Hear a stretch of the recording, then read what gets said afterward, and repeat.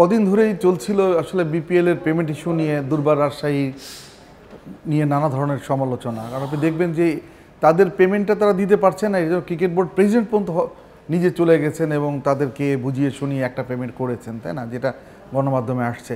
কিন্তু বিদেশি ক্রিকেটারদের ক্ষেত্রে পেমেন্টটা যে কিছু কিছু ক্ষেত্রে ব্যত্যয় ঘটছে সেটা নিয়ে বিস্ফোরণমুখ ছিল। আপনি দেখেন যে গতকালই কিন্তু তারা ঢাকায় এসে রাত্রেবেলা কিন্তু হোটেল ওয়েস্টিনে উঠতে পারেনি, ওদেরকে শিফট করা হয়েছে হচ্ছে ঢাকার সেরাটনে, এবং ওরা জানে না কিন্তু এটা। তখন থেকেই ধরে নেওয়া হচ্ছিল যে ওরা আসলে কি মাঠে কি দেখা যাবে কি না। আজকে প্রথম খেলা যখন শেষ তখন কিন্তু গণমাধ্যমের চোখ ছিল যে আপনার তারা প্র্যাকটিসে আসছে কি না। পরবর্তীতে দেখা গেল যে তারা প্র্যাকটিসে আসছে কিন্তু বিদেশি ক্রিকেটার কেউ আসে নাই। এটা কিন্তু সকালে নিউজও হয়েছে, তারা বিদেশি ক্রিকেটাররা বলছে তারা পেমেন্ট না পাওয়ার কারণে তারা মাঠে আসবে না, এবং সেটা দেখা গেল যে তারা আসলে আসেনি। এবং বিদেশি ক্রিকেটার ছাড়া এই প্রথম কোনো ফ্র্যাঞ্চাইজকে মাঠে নামতে হচ্ছে। এখানে দেখেন বিপিএল গভর্নিং কাউন্সিল একটা টেকনিক্যাল কমিটি করেছে, সেই টেকনিক্যাল কমিটির সিদ্ধান্তই চূড়ান্ত। কিন্তু আমরা কি দেখলাম যে টেকনিক্যাল কমিটি কিন্তু যার যে ল আছে ক্রিকেট বোর্ড মানে বিপিএলের জন্য যে লটা করা হয়েছে প্লেইং কন্ডিশন, সেই প্লেইং কন্ডিশনটাকেও তারা এখানে শিথিল করে ফেলছে, যেহেতু তারা বিদেশি ক্রিকেটার না সেক্ষেত্রে।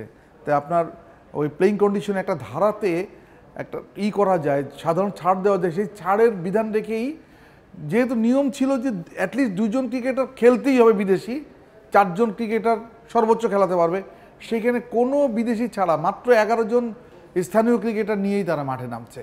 আর তাদের কিন্তু এখন এমন একটা অবস্থা যে আপনি সাবস্টিটিউট কে হবে, মাঠে যাবে কে পানি নিয়ে, এটা নিয়েও কিন্তু তাদের মধ্যে অনেক ধরনের সমস্যা দেখা যাচ্ছে। এখন প্রয়োজন এমন হতে পারে তাদের কোচ যে ইজাজ আহমেদ, সেই এখন মিনারেল ওয়াটার পানি নিয়ে মাঠে যায় কিনা, এটাও একটা দেখার ব্যাপার। তারপরে আপনি দেখেন তাদের যে 2জন ফরেনার ছিল, কিন্তু ভালো 2জন ফরেনার ছিল।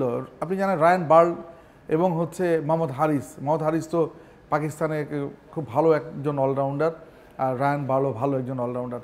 তাদের ছাড়াই তারা খেলতে হচ্ছে। আর বিষয়টা খুবই দুঃখজনক এই কারণেই যে বিপিএল মাঝপথে এসে আর একটু কলঙ্কের দাগ পেল। এই জন্য পেমেন্ট ইস্যু ছিল, সঙ্গে যোগ হলো যে প্লেয়ারদের রেভুলেশনটা, এটা প্লেয়ারদের বিদ্রোহটা প্রকাশ্য হয়ে গেল, বিশেষ করে বিদেশি প্লেয়ারদের বিদ্রোহটা। এই বিষয়টা যখনই গণমাধ্যমের মাধ্যমে সারা বিশ্বে চলে যাবে তখন এটা কিন্তু আমাদের জন্য খুবই ক্ষতিকর হবে। হ্যাঁ, যেটা বলছিলাম যে সারা দেশ বিদেশে ছড়িয়ে যাবে। আসলে বিপিএল এর মানটা কোথায় যাচ্ছে বহির্বিশ্বের কাছে? আপনি যখন দেখবেন যে আমরা আইপিএল এর সাথে তুলনা করি, হ্যাঁ পিএসএল আমরা কিন্তু অলরেডি অনেক নিচে নেমে গেছি অলরেডি।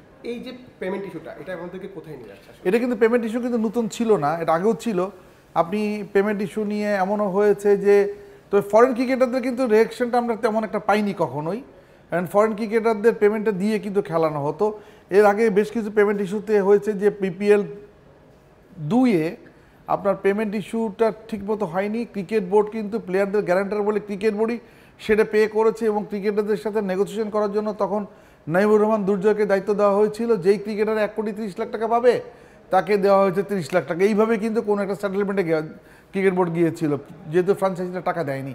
কিন্তু তখন ফ্র্যাঞ্চাইজিদের যে মোটা অঙ্কের একটা টাকা যেটা গ্যারান্টার মানি হিসেবে তারা দিয়েছিল, ওইখান থেকে ক্রিকেট বোর্ড কর্তন করছে, যদিও পরবর্তীতে যে গ্যারান্টি মানি টাকাটা ক্রিকেট বোর্ড পায়নি। বিপিএলটা কিন্তু এরকমই, আপনার বিপিএলটা কিন্তু নতুন করে কুলুষিত না, শুরু থেকে কিন্তু বিপিএলটাকে গায়ে কিন্তু কলঙ্ক লেপন হয়েছে, এবং এটা কিন্তু আস্তে আস্তে বিন্যস্ত হচ্ছে।